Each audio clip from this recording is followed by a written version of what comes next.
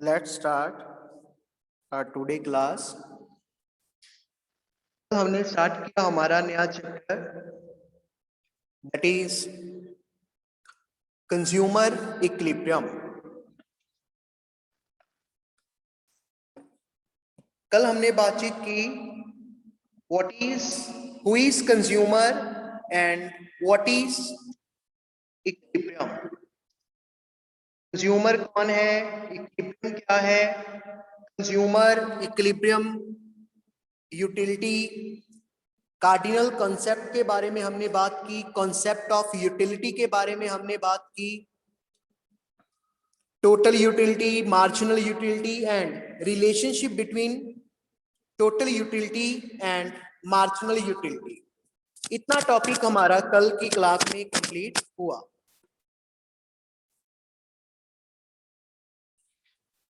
आज हमारा टॉपिक है that is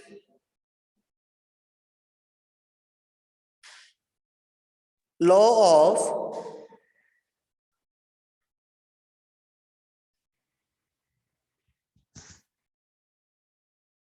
diminishing marginal utility. Law of diminishing marginal utility. Law of diminishing marginal utility को आप short में लॉ ऑफ डीएमयू भी कह देते हैं, law of diminishing marginal utility. Now what is law of diminishing marginal utility? Law of diminishing marginal utility है क्या? Units,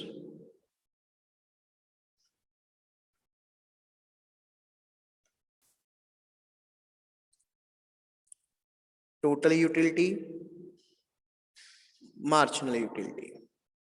कल कुछ ऐसी टेबल बनाया था 1 2 3 4 5 8 6 4 2 0 -2। Total utility 8 14 18 20 20 18। तो कल की क्लास में आपका किसी का कोई क्वेरी इसके लिए नहीं आया, किस बात के लिए? Sir why MU decreases? Sir why from the first unit consumer get 8 util, from the second unit he or she get 6 util, then 4, then 2, then 0, then -2. So what is the reason behind this? The question is why?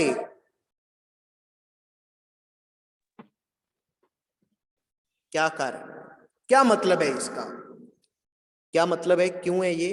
Due to law of diminishing marginal utility. अब ये law क्या कहता है? ये law हमें ये कहता है that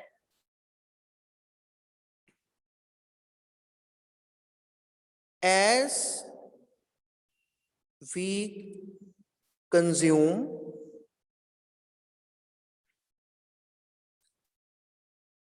more and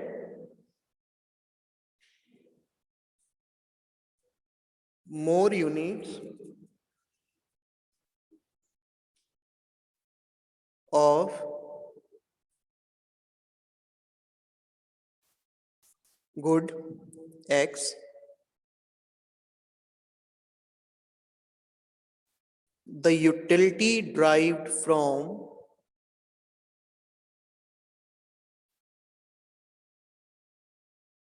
each successive unit goes on diminishing. Law of diminishing marginal utility हमें क्या कहता है? Law of diminishing marginal utility कहता जैसे जैसे आप किसी कमोडिटी की कंजप्शन इंक्रीज करते चले जाओगे, उसके हर एक यूनिट से मिलने वाली यूटिलिटी हमारी कम होती चली जाएगी, डिक्रीज होती चली जाएगी। क्यों? जैसे जैसे आप कंजप्शन को इंक्रीज करते जा रहे हैं, क्यों हमें यूटिलिटी कम मिलती जा रही है? बिकॉज ये क्या है, हमारा ह्यूमन बिहेवियर। अब ध्यान से एग्जांपल समझना, बड़ी इजी है। अब आप स्कूल से घर गए, ठीक है, स्कूल लगा के, पूरा जब स्कूल खुलता है तो स्कूल लगा के आप अपने घर को गए। घर पे जाके मम्मा भूख लगी है, भूख लगी है, खाना दीजिए, बहुत सारी भूख लगी है, आज लंच भी घर पे ही भूल गया मैं, तो आप मुझे कुछ खाने को दीजिए, फटाफट मेरा खाना परोस दीजिए। तो मम्मा कहते कोई बात नहीं है, बैठो ना, नहीं नहीं नहीं नहीं नहीं, मुझे बहुत जल्दी है, भूख लगी है, फटाफट खाना दीजिए। अब मम्मा ने खाने की प्लेट दी, चपाती है, राइस है, दो सब्जी है, दही है, सैलेड है ना, सब कुछ दिया मम्मा ने। तो जैसे ही आपने पहली चपाती खाई, फर्स्ट चपाती आपने खाई, क्योंकि आपको बहुत ही ज्यादा भूख लगी थी, पेट आपका बिल्कुल खाली था, बहुत ज्यादा उसमें वी कैन से चूहे दौड़ रहे थे, इस वजह से सबसे पहली चपाती से आपको कितने यूटिल मिले? 8 यूटिल। अब क्या होगा? अब एक चपाती आपके पेट में चली गई है, आपके चूहों को पेट में जो चूहे कूद रहे थे उनको कुछ ना कुछ खाना मिल चुका है। अब जब आप नेक्स्ट चपाती खाओगे, सेकंड चपाती खाओगे, तो आपको हम बताना, आपको पहले से ज्यादा मजा आएगा या कुछ ना कुछ कम मजा आएगा? क्योंकि एक चपाती ऑलरेडी आपके पेट में है, तो आपको पहले चपाती के मुकाबले दूसरी चपाती खाने में ज्यादा सेटिस्फेक्शन मिलेगी या थोड़ी सी कम मिलेगी? कम मिलेगी। कम मिलेगी, कम है ना? मिलेगी सर। दैट इज, ये जो सेटिस्फेक्शन, जैसे जैसे आप किसी कमोडिटी की कंजप्शन इंक्रीज करते जाते हैं, उसके हर एक यूनिट से मिलने वाली सेटिस्फेक्शन, मिलने वाली यूटिलिटी डिक्रीज होती चली जाती है। यही हमारा क्या है? दैट इज और law of diminishing marginal utility. यही हमें क्या, कौन समझाता है? ये हमें समझाता है law of diminishing marginal utility. और ये लॉ, ये इसकी अजम्पशंस, अब यहाँ पे मैं टेबल इरेज करता हूं, अजम्पशंस लिखेंगे। ये टेबल अजम्पशंस के ऊपर बेस्ड है, ये लॉ अजम्पशंस के, ये लॉ अजम्पशंस के ऊपर बेस्ड है। इसकी फर्स्ट अजम्पशन क्या है?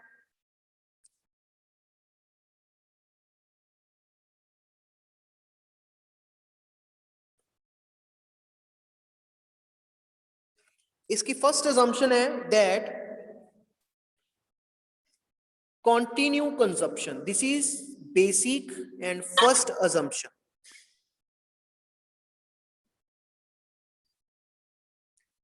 भाई कंजप्शन है जो, वो बिल्कुल कंटिन्यू होनी चाहिए। माइक ऑन रह गया किसी का, प्लीज या तो बंद कीजिए या इधर उधर जाइए।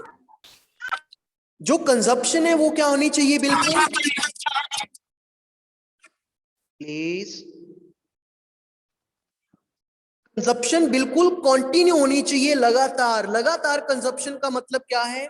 आपने पहली चपाती खाई, साथ की साथ दूसरी, साथ की साथ तीसरी, साथ की साथ चौथी, लगातार जब आप कंजप्शन करोगे तभी ये law of diminishing marginal utility apply होता है। अगर आप ये सोचो कि एक चपाती आज खाएंगे और एक चपाती कल खाएंगे और एक परसों चौथी, है ना, ऐसे खाएंगे, तो लॉ ऑफ डिमिनिशिंग मार्जिनलिटी अप्लाई होगा? नहीं। कंजप्शन क्या होनी चाहिए आपकी? Continue consumption. सेकेंड अजम्पशन क्या है? That standard unit of commodity is consumed. Standard unit of commodity is consumed.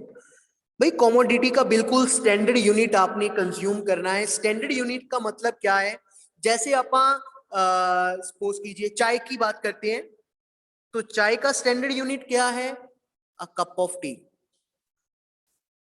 अब ये मत कह देना सर साडे घरे ता जी असी बाटियां च चाह पीने हैं तो साडे लिए तो वो कप है ना स्टैंडर्ड यूनिट है, नहीं। जो बेसिक स्टैंडर्ड है चाय का वो क्या कहते हैं, अ कप ऑफ टी। या फिर जैसे सब्जी की बात करें, बॉल है ना, एक कटोरी सब्जी की, चपाती पूरी चपाती, बर्गर पूरा बर्गर, मतलब जिस तरह से वो कॉमोडिटी आती है उसी में, मतलब उसका एक पार्ट नहीं है। जैसे चपाती है तो जब आप एक चपाती खाओगे उसके बाद दूसरी जब खाओगे उससे यूटिलिटी कम मिलेगी। यहाँ पे मैं हिस्से की बात नहीं कर रहा, बाइट की बात नहीं कर रहा कि एक बाइट चपाती की ली फिर दूसरी, है ना, ऐसे नहीं। पूरी चपाती, एक कोली सब्जी की खाई तब दूसरी कोली सब्जी की खाओगे, ऐसे। थर्ड असम्पशन,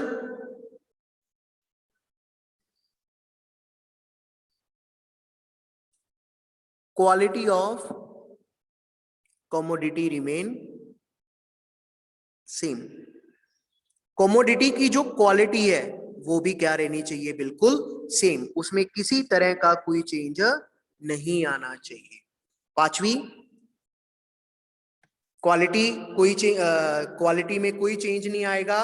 मतलब जैसे आपने फर्स्ट चपाती अगर मान लो प्याज वाली चपाती खाई है तो दूसरी भी आप प्याज वाली खाओगे, फिर ये लॉ अप्लाई होगा। ऐसा कुछ नहीं है कि पहली कॉमोडिटी आपने कोई और उसके इंग्रेडिएंट्स रहे हैं और सेकंड में कुछ और इंग्रेडिएंट्स रहे हैं। जैसे गर्मी का सीजन है ना, यहाँ पे मैं लिखता हूं, जैसे मान लो गर्मी का सीजन है तो गर्मी के सीजन में बेसिकली हर घर में मैंगो शेक बनता है। तो ऐसा नहीं है कि आपने जो फर्स्ट ग्लास था वो प्लेन पिया और दूसरे ग्लास में आपने उसमें एलमंड्स, कैश्यूज, है ना, ऐसे काजू बादाम पिस्ता डाल के अगर आपने दूसरा ग्लास पीना चाहा तो फिर शायद ये लॉ हमारा फेल हो जाएगा। क्यों लॉ क्यों फेल हो रहा है? Because you change the quality of the commodity. भाई फर्स्ट आपने प्लेन अगर यूज किया है तो सेकंड में भी वो प्लेन ही रहेगा, सेकंड में उसमें किसी तरह की कोई चेंजेस नहीं आएंगे। और दूसरे में हमें चेरी चूरी मिल गई, उसमें काजू बादाम पिस्ता मिल गया उसमें, है ना, तो यार उसमें तो ज्यादा मजा ही आएगा, फिर हमारा लॉ है जो टोटली फेल हो सकता है। और असम्पशन क्या लिख सकते हो, इनकम रिमेनिंग सेम, कंज्यूमर की इनकम और कमोडिटी की प्राइस ये भी क्या रहेंगी, बिल्कुल सेम, इसमें किसी तरह का कोई चेंज नहीं आएगा। तो ये है हमारा law of diminishing marginal utility. Law of diminishing marginal utility हमें क्या कहता है कि भाई अगर जैसे जैसे हम किसी कमोडिटी की कंजप्शन बढ़ाते चले जाएंगे उसके हर एक नए यूनिट से हमें जो यूटिलिटी है वो कम मिलती चली जाएगी। कुछ अजम्पशंस हैं, टेबल डायग्राम। डायग्राम आप इसमें कौन सी बनाओगे, सिर्फ जैसे कल बनाई थी ना, कल अपा ने डबल डायग्राम बनाई थी, टोटल यूटिलिटी और मार्जिनल यूटिलिटी दोनों को लेके डायग्राम बनाई थी। लेकिन law of diminishing marginal utility में आप सिर्फ और सिर्फ मार्जिनल यूटिलिटी को लेके ही डायग्राम बनाओगे, है ना। जो मार्जिनलिटी है वो डिक्रीज होती है इस तरह से कुछ, ये ओरिजिन, ये एक्स एक्सिस, ये y axis. On x axis आपने एक्स एक्सिस में हमने क्या लिया है, गुड यूनिट्स, और वाई एक्सिस पे आपने क्या लिया है, मार्जिनल यूटिलिटी। ये आपका पॉइंट ऑफ सैचुरेशन, ठीक। इस तरह से आप इसकी डायग्राम बनाओगे, टेबल डायग्राम, डेफिनेशन, असम्पशंस, ठीक। कुछ पूछना है तो कोई पूछ सकता है, यस किसी की कोई भी यहां तक कोई क्वेरी है छोटी मोटी पूछ लीजिए। जाग रहे हो सभी? No sir. Sir point of saturation वही होगा जब वो एक्स एक्सिस पर कट करेगा, या जब वो कांस्टेंट होगा टीयू तब भी हो सकता है, वो चाहे किसी भी पॉइंट पर हो। पॉइंट बेटा जी, कट टीयू और एमयू तो कट कर ही नहीं रहे हैं।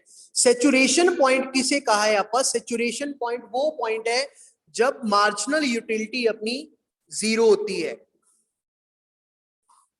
और मार्जिनल यूटिलिटी एक्स एक्सिस को सिर्फ तभी टच करेगी जब एमयू जीरो होगी। जब तक एमयू जीरो नहीं है ये एक्स एक्सिस को टच करेगी ही नहीं, टच ही सिर्फ तब करेगी जब एमयू जीरो होगी, और जब एमयू जीरो है इस पॉइंट को हमने नाम दिया है point of saturation. Okay, yes sir. Thank you. Next topic है हमारा जी, नेक्स्ट टॉपिक है हमारा 6 मार्क्स का जो अभी क्वेश्चन किया है आपका, दैट लॉ ऑफ डिमिनिशिंग मार्जिनलिटी, ये भी बहुत इंपॉर्टेंट है, और जो अब करने जा रहे हैं वो भी बहुत ज्यादा इंपॉर्टेंट है। टॉपिक इज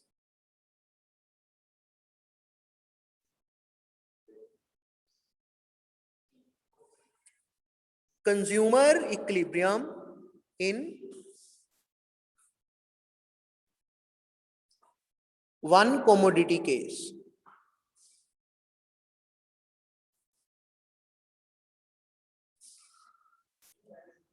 भाई कंज्यूमर इक्विलिब्रियम में कब होगा? अगर वो एक सिंगल कमोडिटी कंज्यूम करता है, सिर्फ एक ही कमोडिटी को यूज करता है। अब सबसे पहले आपको कंज्यूमर इक्विलिब्रियम कमोडिटी पढ़ने से पहले आपको ये पता होना चाहिए कि व्हाट इज कंज्यूमर इक्विलिब्रियम, है ना। कंज्यूमर इक्विलिब्रियम क्या है? Consumer equilibrium is a point, or we can say is a situation when consumer get maximum satisfaction। वो पॉइंट कंजप्शन का, वो लेवल जिस लेवल पे कंज्यूमर को सबसे ज्यादा सेटिस्फेक्शन मिलेगी, वो पॉइंट, उस पॉइंट पे कंजप्शन की उस क्वांटिटी पे हमारा कंज्यूमर क्या होएगा? इन द इक्विलिब्रियम। कहां पे होगा? उस पॉइंट पे, जिस पॉइंट पे हमारे कंज्यूमर को क्या मिलेगी? Maximum of satisfaction. उस पॉइंट पे हमारा कंज्यूमर क्या रहेगा? इन द इक्विलिब्रियम। अब इसकी कंडीशंस क्या हैं? कैसे पता चले कि कंज्यूमर कितनी कंजप्शन करे कि वो भाई इक्विलिब्रियम में आए? कैसे पता चले? मैक्सिमम सेटिस्फेक्शन का मतलब समझ गए कि कंज्यूमर को जहां पे सबसे ज्यादा गेन हो रहा होगा, सबसे ज्यादा फायदा हो रहा होगा, उस पॉइंट पे हमारा कंज्यूमर क्या रहने वाला है? In the equilibrium. अब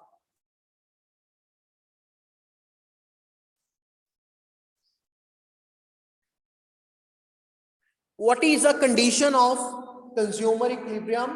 When he consume only a single commodity। भाई अगर हमारा कंज्यूमर सिर्फ एक कमोडिटी ही कंज्यूम कर रहा है, तो वो इक्विलिब्रियम में कैसे होगा, कब होगा, कहां पे होगा? देखिए कंडीशंस क्या है। फर्स्ट कंडीशन रिमेनिंग ये रहेगी कि भाई इस पे law of diminishing marginal utility apply होगा।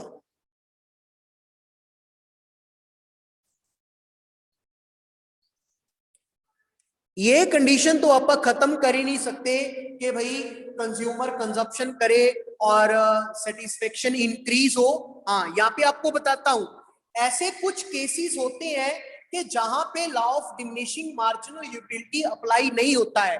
कोई बता सकता है ऐसा कोई केस या ऐसी कोई एग्जांपल जहां पे आप कंजप्शन ज्यादा करें लेकिन अपने को सेटिस्फेक्शन कम मिलने की बजाय ज्यादा मिले? कोई एग्जांपल, कोई केस बता सकता है?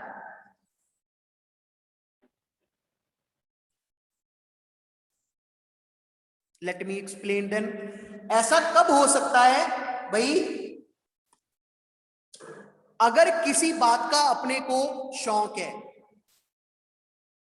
जैसे किसी को म्यूजिक सुनने का शौक है, तो पहला गाना सुना, दूसरा, तीसरा, चौथा, पांचवा, उसको मजा ज्यादा से ज्यादा आता चला जाएगा। Second is habitual. किसी बात के आप हैप्चुअल हैं, जैसे हम में से कई जने हैं ना व्हाट्सएप चलाने के, इंस्टा चलाने के, फेसबुक चलाने के हम हैप्चुअल हैं। 5 मिनट चलाएंगे और दिल करेगा और 5 मिनट और 5 मिनट, जैसे जैसे चलाते चले जाएंगे उसमें घुसते चले जाते हैं। जब तक मम्मी चप्पल लेके नहीं आती तब तक हम मोबाइल को बंद नहीं करते हैं। तो जिस बात की हमें हैबिट होती है वहां पे भी लॉ ऑफ डीएमयू अप्लाई नहीं होता है। और जैसे ड्रंकर्स, जो शराबी होते हैं ना, ड्रिंक करते हैं, तो पहला ड्रिंक लिया, फिर दूसरा और मजा आया, तीसरा और नजारे आ रहे हैं, चौथा और बहुत नजारे आ रहे हैं, तो ऐसे केसेस में law of diminishing marginal utility apply नहीं होता है। एक और एग्जांपल है, शायद आप नहीं मानोगे, पढ़ने का शौक है ना, रीडिंग बुक्स। जिसे पढ़ने का शौक हो, आधा घंटा नहीं और आधा घंटा पढ़ते हैं, और आधा घंटा पढ़ते हैं, और आधा घंटा पढ़ते हैं। तो इस इन केसेस में भी law of diminishing marginal utility apply नहीं होता। क्लियर? कुछ समझ आ रहा है भाई? Yes sir. ये तो मैसेज ही कई आ रखे हैं आप लोगों के।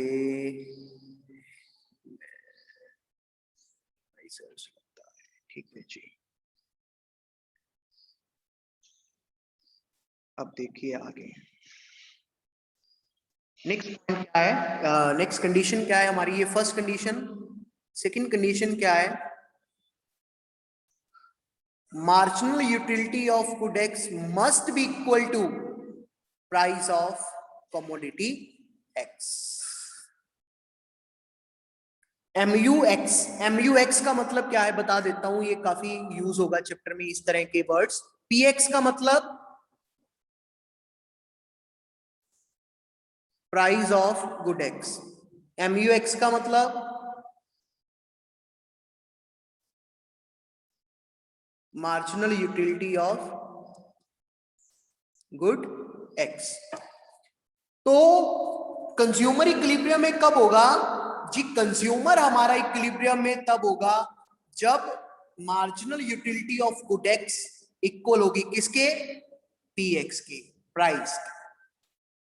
जैसे ही ये कंडीशन अप्लाई होगी, समझो हमारा कंज्यूमर क्या आ गया इन द इक्विलिब्रियम। पर इसमें झोल झाल है थोड़ा सा, क्या? ध्यान से समझना। अब मार्जिनल यूटिलिटी हमने कैसे मेजर करते हैं, ये देखिए। जो मार्जिनल यूटिलिटी है ये कैसे मेजर करते हैं? In form of utils. ऐसी करते हैं ना, 5 यूटिल मिले, 10 यूटिल मिले, 15 यूटिल मिले। लेकिन जो प्राइस है, प्राइस किस में मेजर करते हैं? रुपीज में। 5 रुपए का, 10 रुपए का, 15 रुपए का, है ना, ऐसे रुपीज में इसको मेजर करते हैं।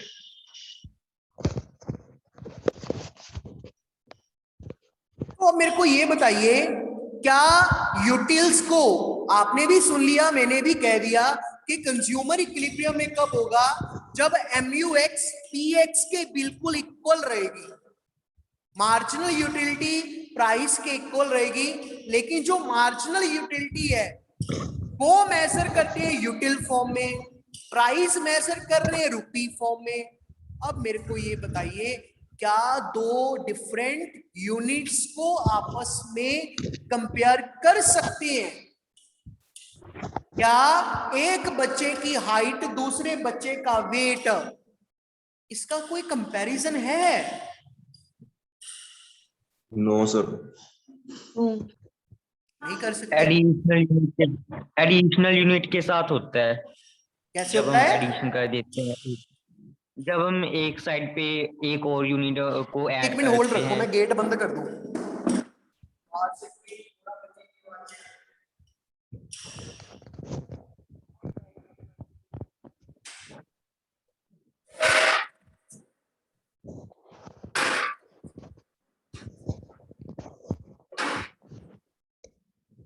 हाँ जी, कब कर सकते हैं बेटा अपन? दो यूनिट्स को एक यूनिट के साथ कंपेयर कर सकते हैं, जब एक इस साइड पे दो या दो से, इसमें तो जब दोनों एक सेम साइड है पे ही नहीं। एक तरफ हमारे पास यूटिल है और दूसरी तरफ हमारे पास रुपी है, तो कुछ ना कुछ चेंजेस तो करनी पड़ेंगी हमें। यस, वही कह रहा हूँ।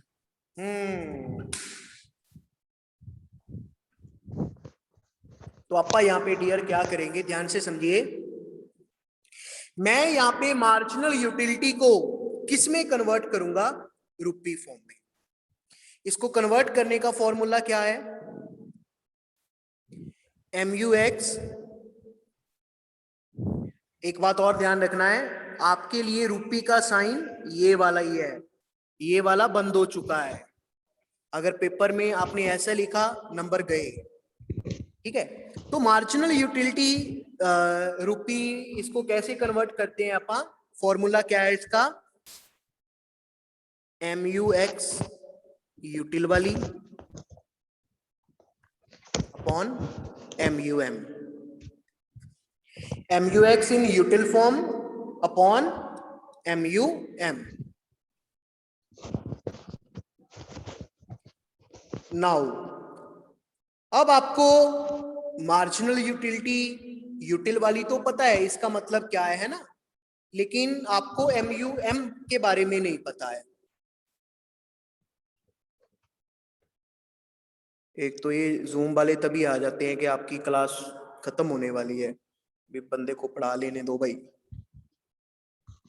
MUM इसकी फुल फॉर्म क्या रहती है,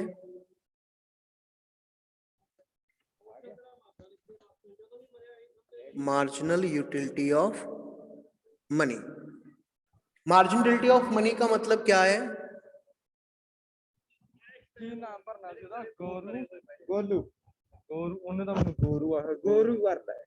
ओ माइक बंद करो भाई, किसकी आवाज आ रही है। मार्जिनलिटी ऑफ मनी का मतलब क्या है, वर्थ ऑफ अ रुपी।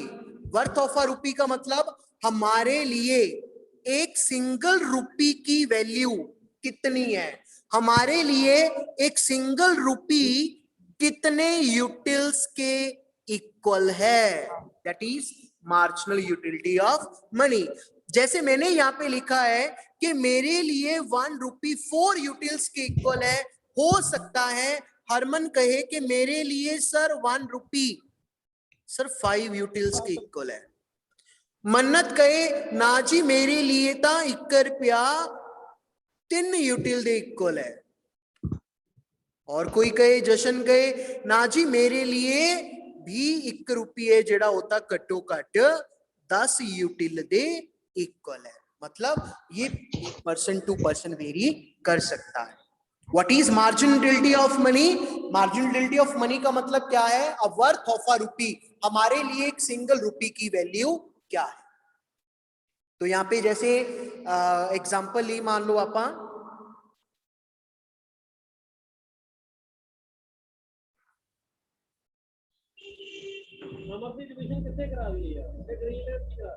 कि मैंने कोई यूनिट कंज्यूम किया, वो यूनिट कंज्यूम करके मेरे को 16 यूटिल मिले। 1 रुपी से मैं ये चाहता हूं, ध्यान से समझिए, पहला यूनिट मैंने कोई कमोडिटी का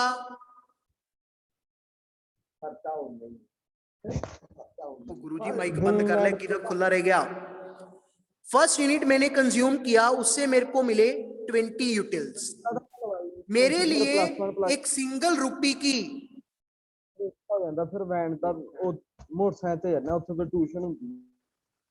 मेरे लिए एक सिंगल रुपी कितने यूटिल्स के इक्वल है, मेरी MUM कितनी है 4। पहले यूनिट से मेरे को 20 यूटिल मिले, पर मैं क्या चाहता हूं, मेरे को कम से कम 1 रुपए में कितने यूटिल मिले 4, तो मेरे को कितने रुपी के यूटिल मिले 5 रुपए के। कितने रुपए के यूटिल मिले 5 रुपए के। लेकिन इस कमोडिटी को परचेज करने के लिए मैंने प्राइस कितना पे किया है, सिर्फ 4 रुपए। तो यहाँ पे क्या कंडीशन हुई, ये क्या दिखने में क्या दिख रहा है, दैट फर्स्ट केस में हमारी MUX ज्यादा है और PX कम है। मतलब जितना मैंने पे किया है मेरे को यूटिलिटी उसे ज्यादा मिली है, फायदा उसे ज्यादा हो रहा है। पर रुपी मेरे को जो यूटिल है वो ज्यादा मिल रही है। 4 रुपए खर्च करके मेरे को 5 रुपए से जितनी सेटिस्फेक्शन मिल रही है। तो मैं क्या करूंगा, मैं गुड्स की कंजप्शन इस कमोडिटी की कंजप्शन इंक्रीज करूंगा। जैसे ही मैंने इसकी कंजप्शन इंक्रीज की, ध्यान से समझना, जैसे ही मैंने कंजप्शन इंक्रीज की, अगर फर्स्ट यूनिट से मेरे को 20 यूटिल मिले थे तो सेकंड यूनिट से मेरे को कितने यूटिल मिलेंगे? कम मिलेंगे। मान लो मेरे को यूटिल मिले 18, 1 रुपए से 4 मैं समझता हूं मेरे को मिलने चाहिए, तो मेरे को कितने रुपीस के यूटिल मिले? 4.5, 4.5। अभी भी पे कितना किया उस यूनिट के लिए? 4 रुपए। अब भी फायदा हो रहा है, तो क्या करूंगा मैं? अभी कंजप्शन और करूंगा। कंजप्शन और की, जैसे ही मैंने कंजप्शन और की, मेरी सेटिस्फेक्शन कम हुई। थर्ड यूनिट से मेरे को यूटिल मिले 16। 1 रुपए से मैं कितने समझता हूं मिलने चाहिए? कम से कम 4। तो मेरे को यहाँ पे कितने रुपए के यूटिल मिले? 4 रुपए के। और रुपए भी कितने खर्च कर रहा हूं मैं? 4 रुपए खर्च करके मेरे को 4 रुपए जितने यूटिल मिले।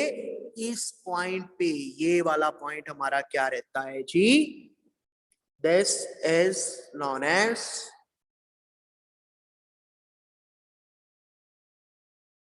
Consumer equilibrium. यहां पे हमारा कंज्यूमर क्या है? In the equilibrium.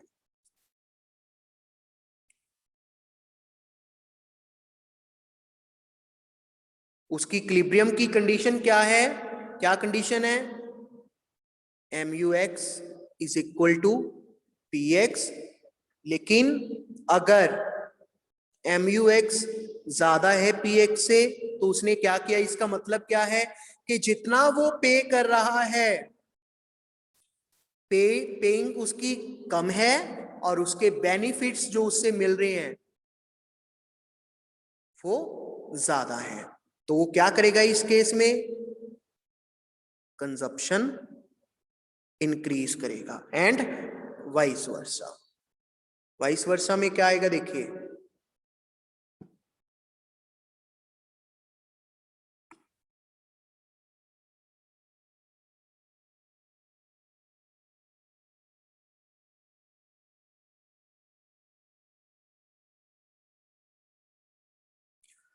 Vice versa में क्या है? अगर MUX कम है, PX ज्यादा है, प्राइस तो हम मान लो 10 रुपए पे कर रहे हैं, लेकिन 10 रुपए पे करके हमें जो यूटिलिटी है वो सिर्फ 8 रुपए की मिल रही है।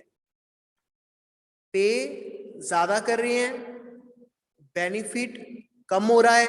इस केस में आप क्या करते हैं?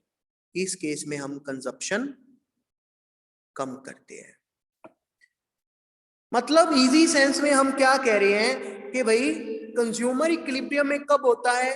कंज्यूमर इक्विलिब्रियम में तब होता है जब कंज्यूमर को मैक्सिमम सेटिस्फेक्शन मिल रही है। और कंज्यूमर के लिए वो मैक्सिमम सेटिस्फेक्शन वाला पॉइंट कौन सा है? When MUX is equal to PX। अगर MUX PX से ज्यादा है तो कंजप्शन इंक्रीज करेगा। तब तक इंक्रीज करेगा जब तक वो इक्वल की सिचुएशन में नहीं पहुंच जाता है। और जब MUX कम है, PX ज्यादा है, तो कंज्यूमर कंजप्शन डिक्रीज करेगा। तब तक डिक्रीज करेगा जब तक कि कंज्यूमर इक्विलिब्रियम में नहीं पहुंच जाता है। तो ये है हमारा consumer equilibrium in one commodity case. मैंने आपको ये समझा दिया है, टेबल डायग्राम, उसी से आप डाटा लेके बना सकते हैं। यहां तक कोई क्वेरी है तो प्लीज पूछिए जल्दी से।